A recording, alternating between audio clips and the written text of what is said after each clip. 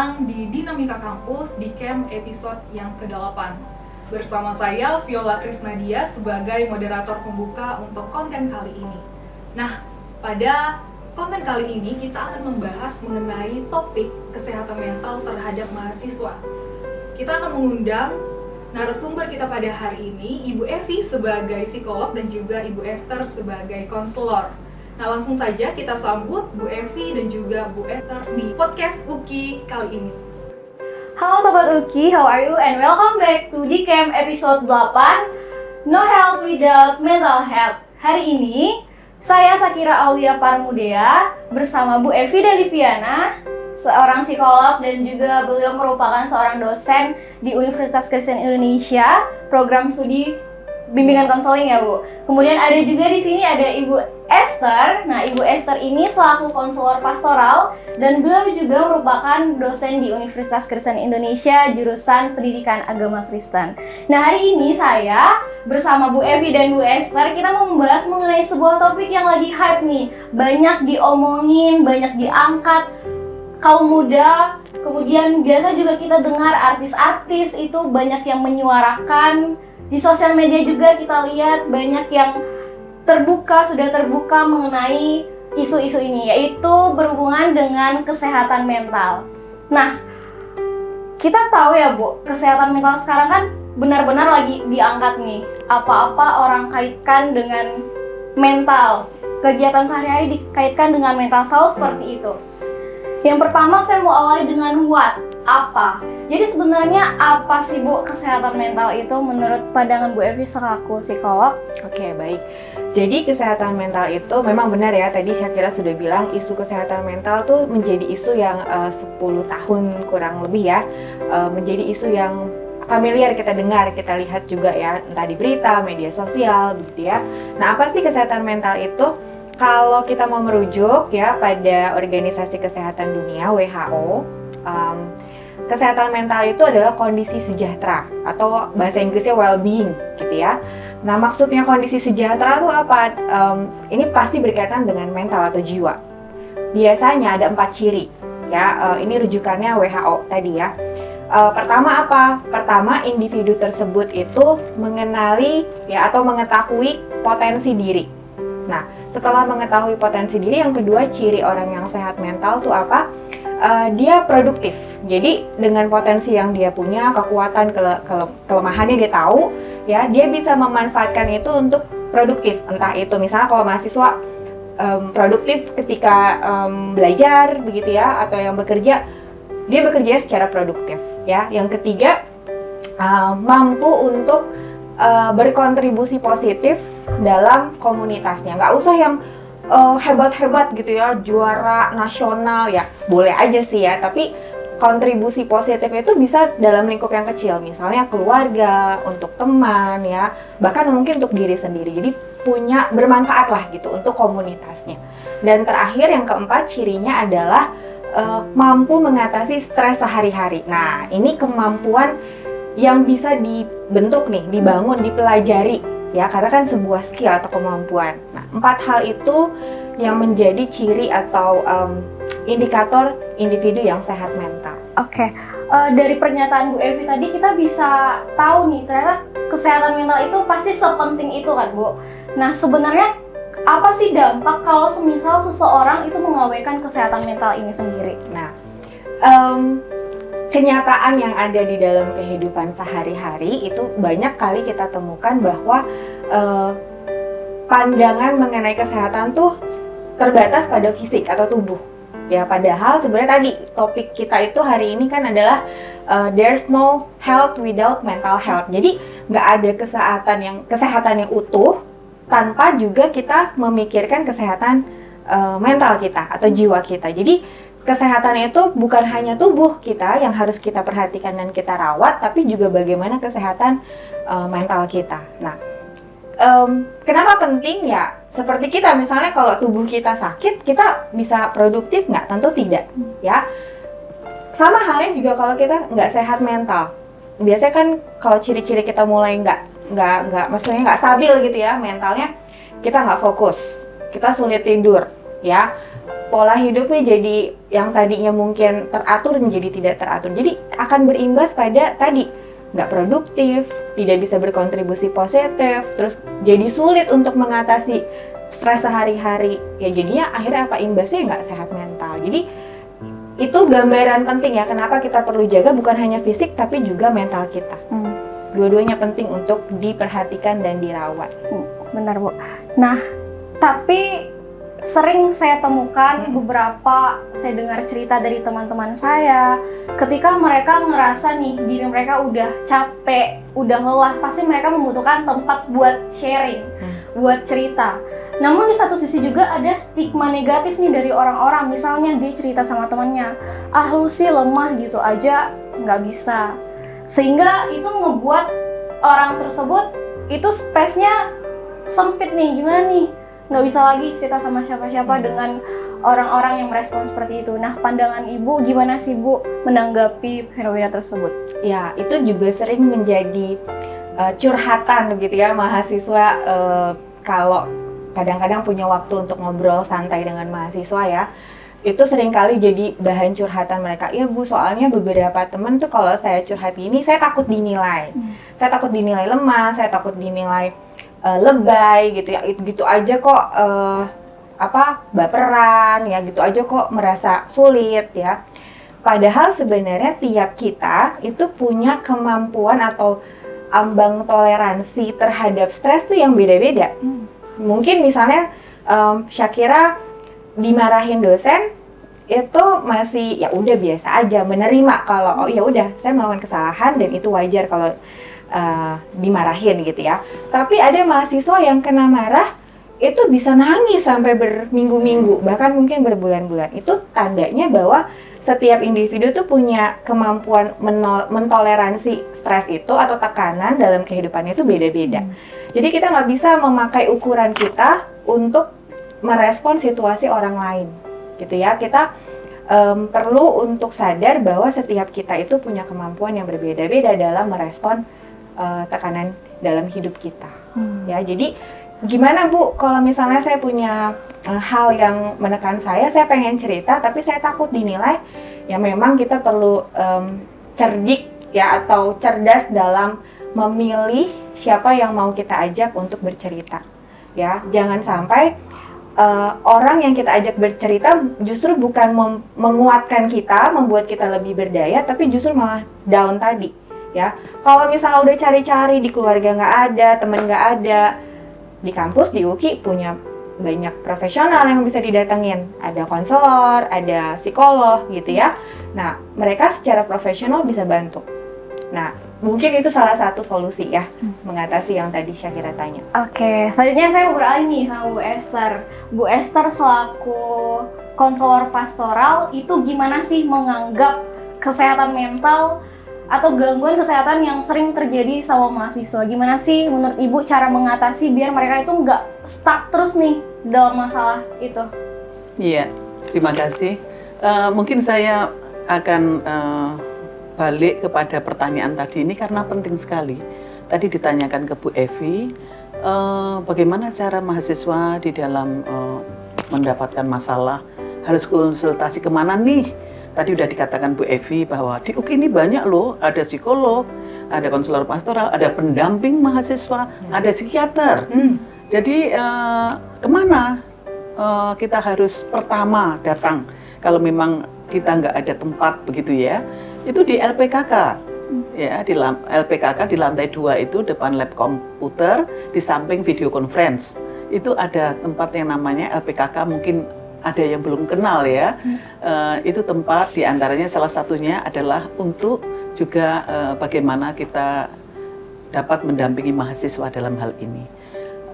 Kalau pertanyaan tadi yang dikatakan tadi, bagaimana kita menghadapi mahasiswa yang merasakan seperti itu ya, mungkin agak mentalnya kurang sehat begitu ya. Yang bergelut dengan situasi yang sama nih, nggak keluar dari masalah itu, sehingga mengganggu mental mereka. Memang begini, kalau saya melihat begini, seseorang itu sebenarnya memang juga butuh, tadi yang sudah dikatakan tadi butuh teman ya. Kalau tapi secara personal, Kalau saya melihat kesehatan mental itu, saya bisa melihat juga kesehatan spiritual. Jadi bagaimana seseorang dikatakan juga sehat spiritualnya. Sehat spiritual kalau saya menyoroti dari spiritual ya, kalau Bu Evi kan tadi dari segi psikologisnya. Kalau sehat spiritual itu bagaimana dia berkait secara personal itu dengan namanya Tuhan. Jadi menganggap bahwa dia tidak sendiri.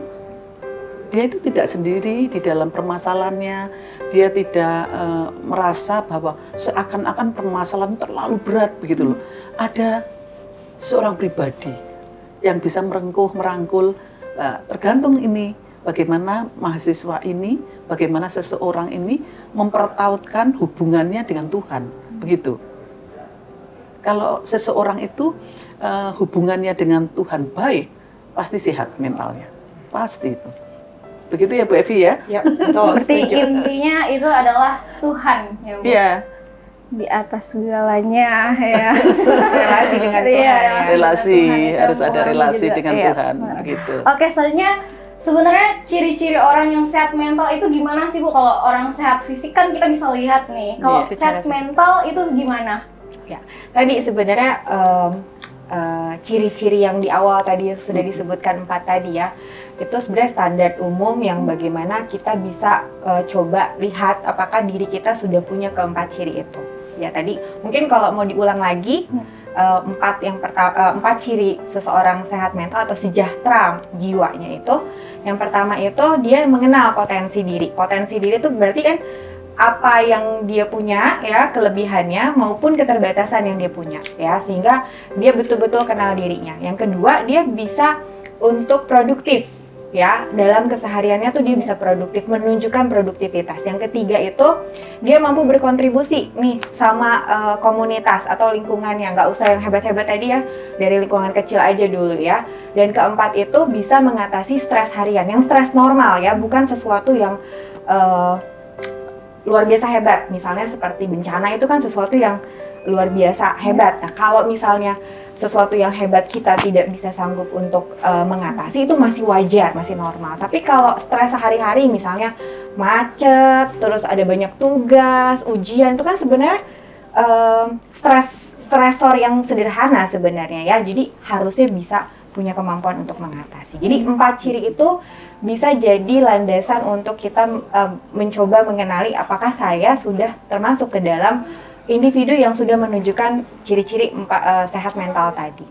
Oke, nah kali ini saya mau tanya sama Bu Esther dan Bu Evi, kalau menurut Ibu sebagai dosen itu gimana sih cara menanggulangi mahasiswa yang memiliki gangguan kesehatan mental sehingga itu juga mempengaruhi nih dengan akademik mereka?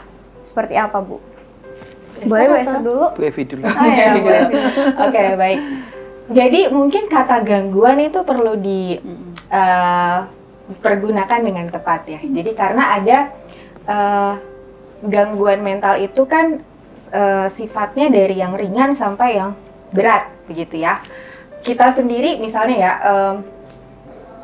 ada yang disfungsi, ada yang disorder. Disorder itu gangguan, artinya sudah pada kategori yang berat. Nah, kita perlu tahu itu dulu. Nah, mahasiswa ini sendiri sebenarnya sebagai individu kan, mahasiswa itu adalah kelompok usia yang beranjak dewasa. Artinya ada pola transisi ya, atau perubahan nih yang mereka harus hadapi. Di situ aja udah jadi tantangan buat mahasiswa ini ya, suatu tekanan yang mungkin atau perubahan yang mungkin dia harus bisa belajar beradaptasi nih. Tuntutannya semakin banyak ya, peran yang dia harus jalankan semakin banyak. Nah, kalau misalnya hal-hal itu saja mungkin mereka merasa berat untuk menangani ya, bisa jadi kalau tidak dikelola ya, menjadi kondisi yang mungkin tadinya ringan menjadi sesuatu yang lebih berat gitu. Nah, itu yang perlu diperhatikan lebih intens sekali ya. Nah, kalau yang ringan bagaimana? Nah, kita harus sadar nih bagaimana kemampuan toleransi kita terhadap tekanan dalam hidup. Ya, mahasiswa harus punya skill itu. Kita harus kenal kita pribadi pribadi yang seperti apa. Apakah saya pada situasi ini mudah sekali gitu ya untuk merasa stres ya, atau saya masih bisa sanggup untuk menangani ini. Kalau misalnya sanggup, berarti kan lewat tuh situasi yang tidak mengenakan. Tapi kalau tidak, apa yang bisa saya lakukan? Misalnya tadi cerita sama orang yang bisa dipercaya. Kemudian mungkin cari suasana baru misalnya, atau relaksasi, atau berdoa tadi ya, yang spiritual tadi, atau olahraga. Kalau itu semua sudah enggak, tetap juga merasa tertekan, ya mungkin bisa cari bantuan profesional yang ada di UKI, di LPKK tadi. Gitu. Nah, pertanyaannya tadi adalah gimana kalau Seorang dosen melihat mahasiswanya punya kondisi mental yang tidak sehat begitu ya. Nah, yang pertama tentu ada personal approach ya, atau pendekatan personal yang harus dilakukan sebagai seorang dosen. Ini pengalaman pribadi gitu ya. Jadi tentu secara pribadi bertanya, ya kan ada perubahan-perubahan perilaku nih. Misalnya terlambat terus, tugas telat dan hasilnya tidak oke gitu ya. Atau misalnya dari gestur tubuh kita lihat dia murung ya, tidak seperti biasanya, atau menarik diri dari lingkungan sosial. Ya yang bisa dilakukan dosen ya secara personal kita tanya ya, Ibu melihat apa ciri-ciri yang kita lihat, dan kita tanyakan apakah ada situasi dalam kehidupanmu yang membuat kamu jadi berubah. Kalau kamu berkenan, bolehkah bercerita? Jadi tanya dulu apakah dia bersedia untuk menceritakan situasinya kepada kita atau tidak. Kalau misalnya tidak, ya berarti mungkin kita berusaha lagi untuk mencari waktu yang tepat, apakah dia mau bercerita atau enggak. Kalau misalnya tidak, ya mungkin kita bisa kasih penguatan positif ya. Apapun masalah yang kamu alami, Ibu berharap kamu tetap punya semangat untuk kuliah misalnya.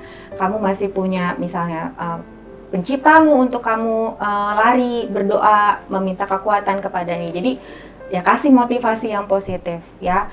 Tapi kalau misalnya perilaku yang kurang tepat itu sudah sangat intens, ya mungkin kita perlu juga berkoordinasi sama dosen Pikema misalnya ya, atau Kaprodi, supaya, dan juga mungkin teman-teman peer groupnya ya yang sebaya, supaya juga memberikan perhatian yang lebih kepada mahasiswa ini. Ya, sehingga mahasiswa ini bisa ngerasa, oh ya saya nggak sendiri di situasi sulit saya, ada dukungan sosial nih yang saya terima begitu. Oke, kalau menurut Bu Esther gimana nih?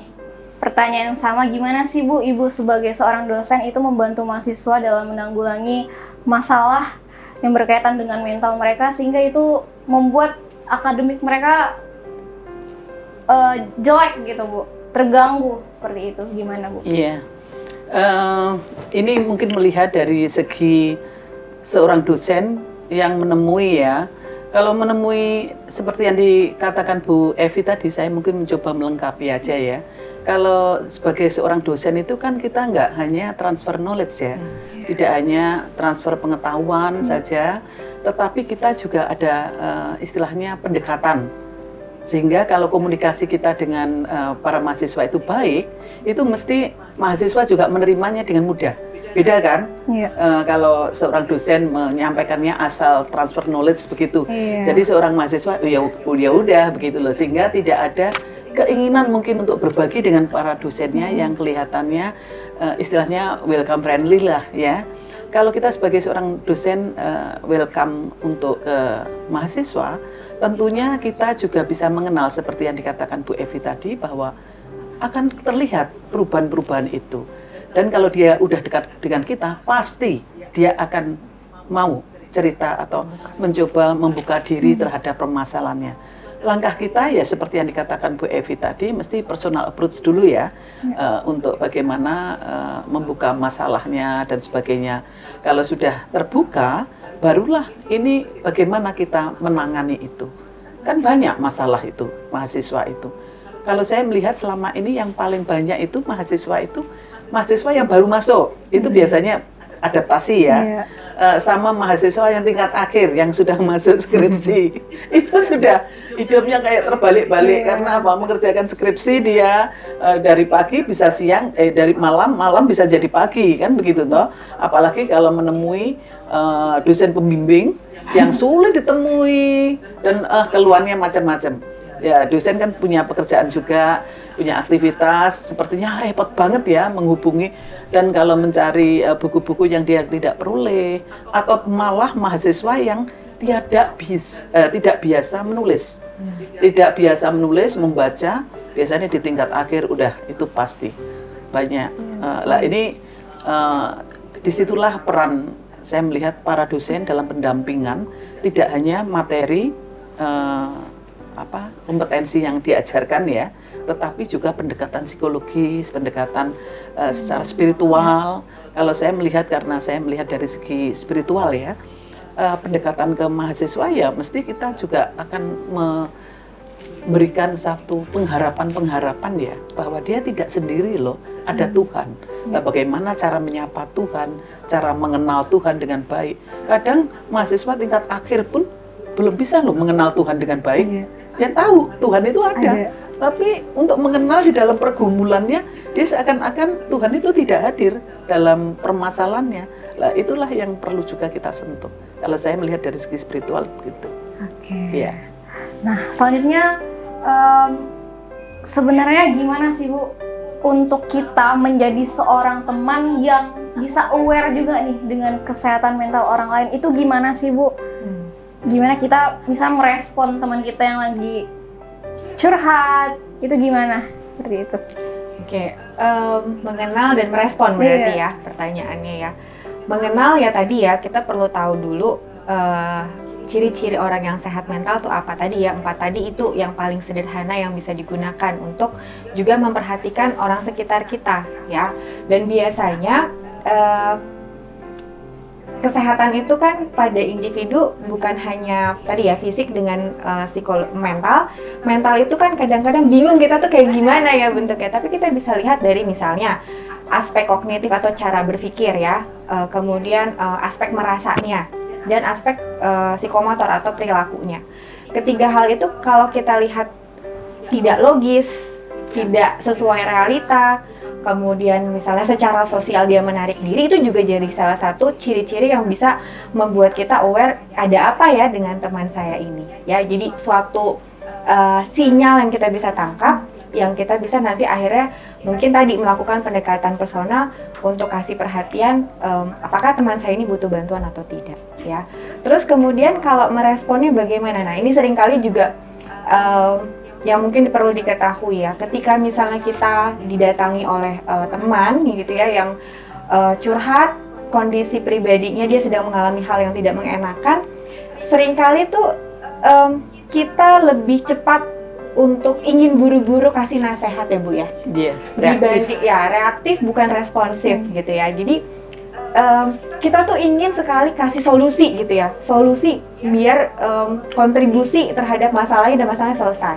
Padahal mungkin di saat itu yang dibutuhkan hanya seseorang yang bisa mendengarkan dia dan menerima kondisi dia apa adanya. Padahal sebenarnya salah satu cara untuk menjaga relasi supaya bisa lama gitu ya sama orang lain itu adalah kepercayaan tadi kan. Nah, ketika misalnya kita terima teman kita curhat, terus kemudian yang respon pertama yang mungkin kita sampaikan itu adalah menilai ya, kemudian kasih nasihat, itu seringkali membuat mereka jadi mundur dan akhirnya tidak melanjutkan cerita secara lebih detail lagi. Padahal sebenarnya mungkin dia adalah orang yang atau teman kita yang sangat-sangat butuh bantuan. Nah, oleh karena itu apa yang perlu kita lakukan? Yang pertama itu sadari bahwa apapun yang diceritakan oleh teman kita, pertama jadi pendengar yang aktif, yang baik, yang menerima dia apa adanya. Ya, mendengar, menerima teman kita bercerita bukan berarti kita menyetujui kalau misalnya dalam cerita itu ada kesalahan yang dia buat, bukan ya. Tapi kita mau sampaikan, oke, saya mau dengar kamu punya keluhan apa, masalah apa, saya mau ada di sini untuk menemani kamu. Itu sudah cukup sebenarnya. Itu hal yang dibutuhkan ketika kita kan sedang, kalau misalnya Syakira sedang susah gitu ya, sebenarnya kan butuh ditemani, butuh dikuatkan, butuh didampingi dan diterima, bukan dinilai. Mungkin itu dulu yang harus sering dilatih di antara komunitas mahasiswa. Selanjutnya nanti akan banyak hal yang bisa dilakukan ya, tadi memberikan penguatan positif, bisa juga kasih saran kalau waktunya sudah tepat ya. Karena kan masalah, kata Bu Esther tadi, banyak banget ya, mahasiswa tuh masalah banyak banget, bukan hanya tentang akademik, relasi juga ya, keuangan juga kadang-kadang itu menjadi sumber stresor berat juga buat mahasiswa. Jadi banyak hal sebenarnya. Iya, tadi Bu Evi juga bilang, Bu Evi dan Bu Esther bilang mahasiswa itu bisa dibilang bebannya lumayan banyak ya, tekanan ekonomi, kemudian akademik, lingkungan dan segala macam. Nah, kalau menurut Bu Evi dan Bu Esther, gimana sih tips yang bisa diberikan sama mahasiswa untuk bisa mengatasi nih gangguan, kecemasan, stres pada mahasiswa yang sekarang lagi menempuh pendidikan nih di kampus, biar mereka bisa menjalankan perkuliahan mereka dengan lancar seperti itu, Bu? Gimana sih tipsnya? Bu? Iya. Nanti mungkin Bu Evi akan melengkapi secara psikologis ya. Kalau saya melihat begini, mahasiswa itu, mereka itu yang ada yang kos, jauh dari orang tua, ada yang mungkin lokasi antara kampus dengan rumahnya jauh, itu juga bikin lelah, bikin macam-macam ya, masalah juga. Kalau memang itu dirasakan masalah, kan begitu. Kalau saya melihat mahasiswa itu seharusnya bisa memahami akan tanggung jawab. Ini kalau bilang tanggung jawab itu, kita bicara tanggung jawab itu berkaitan dengan nilai-nilai UKI ya. Salah satunya itu adalah bertanggung jawab. Sehingga kalau kita melihat bahwa tugas mahasiswa itu untuk apa? Itu dulu, nomor satu. Tugas mahasiswa untuk apa? Yang lain-lainnya itu adalah bunga-bunganya kan. Tapi kadangkala mahasiswa kurang mampu untuk memilih mana yang menjadi prioritas di dalam tugasnya sebagai mahasiswa. Sehingga kadangkala mahasiswa juga ambigu ya antara tugasnya dan juga kelompoknya dan kegiatannya, dia bagaimana nih memilih. Itu yang kadangkala bisa membuat pencetus stresnya kan. Aduh, tugasnya banget ya, antara organisasi, antara tanggung jawab belajar, antara hubungannya dengan macam-macam lah, apalagi yang sudah pacaran kan, tuntutan dari pacarnya kan begitu. Jadi bagaimana untuk kita istilahnya memahami mental kita ya. Kalau secara spirit saya melihat begini, seseorang harus mampu mengenal dirinya sendiri dulu. Jadi konsep dirinya UMI itu dia harus tahu siapa saya, begitu. Kalau dia sudah tahu siapa dirinya, dia akan mengerti tanggung jawabnya. Nah, dengan begitu, secara imani, dia juga akan melihat secara iman ada seorang pribadi yang tadi saya tekankan terus, merengkuh dia. Dia tidak sendiri. Apabila dia merasa ada sesuatu yang membuat dia bergejolak ya, ada mulai bergejolak ya, karena permasalahan-permasalahan, pasti ada penyertaan Tuhan, pasti ada penyertaan Tuhan, ada pengharapanku, karena dia beriman bahwa Tuhan itu kan tidak akan meninggalkan umatnya. Apalagi doa Tuhan Yesus kepada murid-muridnya, doa itu juga berlaku untuk umatnya sampai detik ini. Jadi itu yang membuat mahasiswa itu harus kuat, ada penyertaan Tuhan, gitu. Bu Evi mungkin? Ya, melengkapi ya Bu Esther ya. Jadi tadi betul sekali Bu Esther sudah sampaikan pengenalan diri atau tahu bagaimana peran dia tuh di dalam kehidupan ini untuk apa sih gitu ya. Apa peran dia di dalam kehidupan saat ini gitu ya. Itu sebenarnya bisa jadi panduan untuk menyaring gitu. Hal-hal mana yang jadi prioritas, hal-hal mana yang nanti saya bisa tunda ya. Karena sumber stres seringkali jadinya karena banyak sekali hal yang harus dikerjakan dalam satu waktu ya. Itu juga salah satunya tuh. Jadi pertama pengenalan diri untuk nantinya bisa membatasi hal-hal yang menjadi yang bisa ditunda yang mana, yang prioritas yang mana. Yang kedua mungkin perlu untuk berlatih punya coping skill atau kemampuan untuk mengatasi stres sehari-hari. Ya, karena stres sehari-hari tadi ya bukan hanya tugas yang banyak, kemudian ujian, relasi dengan pacar, keuangan dan lain-lain, banyak banget stresornya. Sehingga kita juga perlu untuk berlatih bagaimana cari cara supaya kita bisa mengelola stres harian kita dengan baik.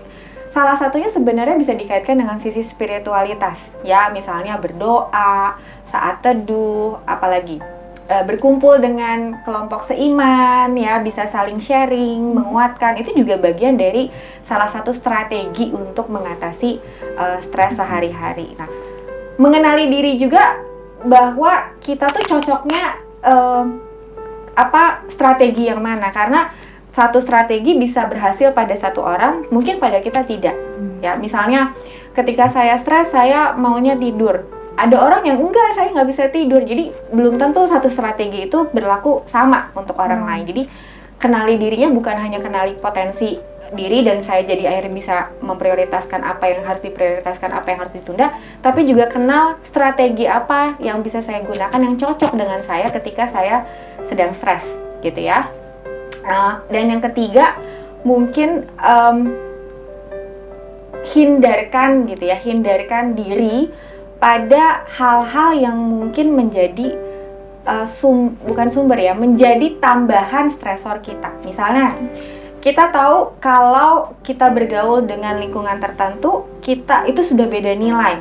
Tapi karena tuntutan sosial saya juga harus, ya udah jadi memaksakan diri, ya. Termasuk di dalamnya gaya hidup. Ya, seringkali mahasiswa ini melakukan sesuatu hanya supaya bisa sama dengan komunitas. Nah, itu juga menjadi salah satu hal yang perlu untuk diperhatikan mahasiswa, sehingga setiap mahasiswa di UKI punya pendirian yang teguh, ya, nilai-nilai apa yang ada dalam diri saya yang saya mau pegang, dan akhirnya itu menjadi batasan saya untuk tidak harus ikut-ikutan dengan orang lain. Mungkin hal-hal seperti itu yang bisa dilakukan oleh mahasiswa. Oke, soalnya untuk menutup podcast kita pada hari ini, saya mau dengar dong dari Bu Evi dan Bu Esther masukan pada teman-teman kita mahasiswa Universitas Kristen Indonesia, gimana sih harapan untuk mahasiswa-mahasiswa ini dalam menyelesaikan studi mereka di sini dan juga tetap mental mereka tetap terjaga nih. Boleh Ibu kasih masukan untuk mahasiswa? Ya, mungkin kalau saya melihat begini, berkaitan dengan kesehatan mental, ya. Yang pertama adalah mahasiswa harus bisa mengenal dirinya sendiri dulu, mengenal secara pribadi. Yang kedua, bagaimana dia juga mengenal Tuhan. Kalau sudah mengenal Tuhan, mengenal diri, tapi yang utama adalah mengenal Tuhan, itu berkaitan dengan siapa dirinya, who am I, begitu ya. Kalau mereka sudah mengenal itu kita melihat bahwa di dalam diri manusia itu ada pilihan. Ada kebebasan berkehendak yang diberikan Tuhan bagi kita manusia. Dengan kebebasan itu, bagaimana kita bertanggung jawab? Apalagi UKI menekankan nilai-nilai tanggung jawab dalam diri kita, terutama mahasiswa, ya. Kalau kita berbicara mengenai mahasiswa, bagaimana mahasiswa bertanggung jawab terhadap pilihan hidupnya? Seperti yang dijelaskan Bu Evi tadi, bagaimana soal beradaptasi, gaya hidup, bagaimana banyaklah pencetus untuk menjadi seseorang itu tergoda, terguncang, terganggu. Ini kita berhak untuk memilih sehat atau tidak, itu juga tergantung kita. Bisa diusahakan, bukan langsung tersita, oh kamu nggak sehat mentalnya, langsung begitu, ya.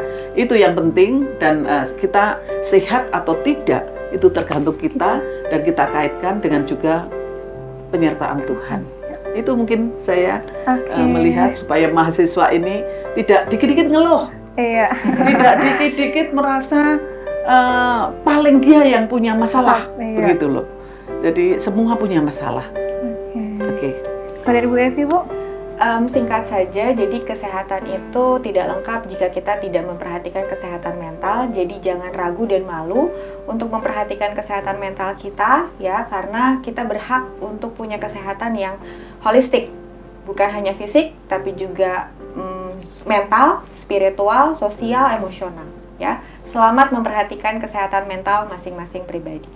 Oke, terima kasih Bu Evi dan Bu Esther. Pembahasan kita hari ini sangat menarik, ya, mengenai kesehatan mental. Semoga kita bisa bertemu lagi nih di podcast-podcast selanjutnya dan membahas topik yang nggak kalah menarik pastinya. Nah, oke teman-teman, jadi kita bisa bilang bahwa kesehatan mental itu kita yang menentukan. kita mau sehat apa mau enggak itu tergantung kita. Tapi saya yakin pasti teman-teman dan saya sendiri juga sebenarnya kita bisa melalui semua kesulitan, hambatan di tengah-tengah kesibukan perkuliahan kita, dan kita percaya bahwa penyertaan Tuhan itu selalu ada dalam hidup kita. Kita harus tetap ingat terus nilai-nilai UKI, yaitu ada bertanggung jawab, peduli, rendah hati, profesional, disiplin, dan berintegritas. Itulah yang harus kita tekankan di dalam hidup kita. Terima kasih, sampai jumpa di podcast selanjutnya. Saya Sakira Aulia Paramudia undur diri. Bye!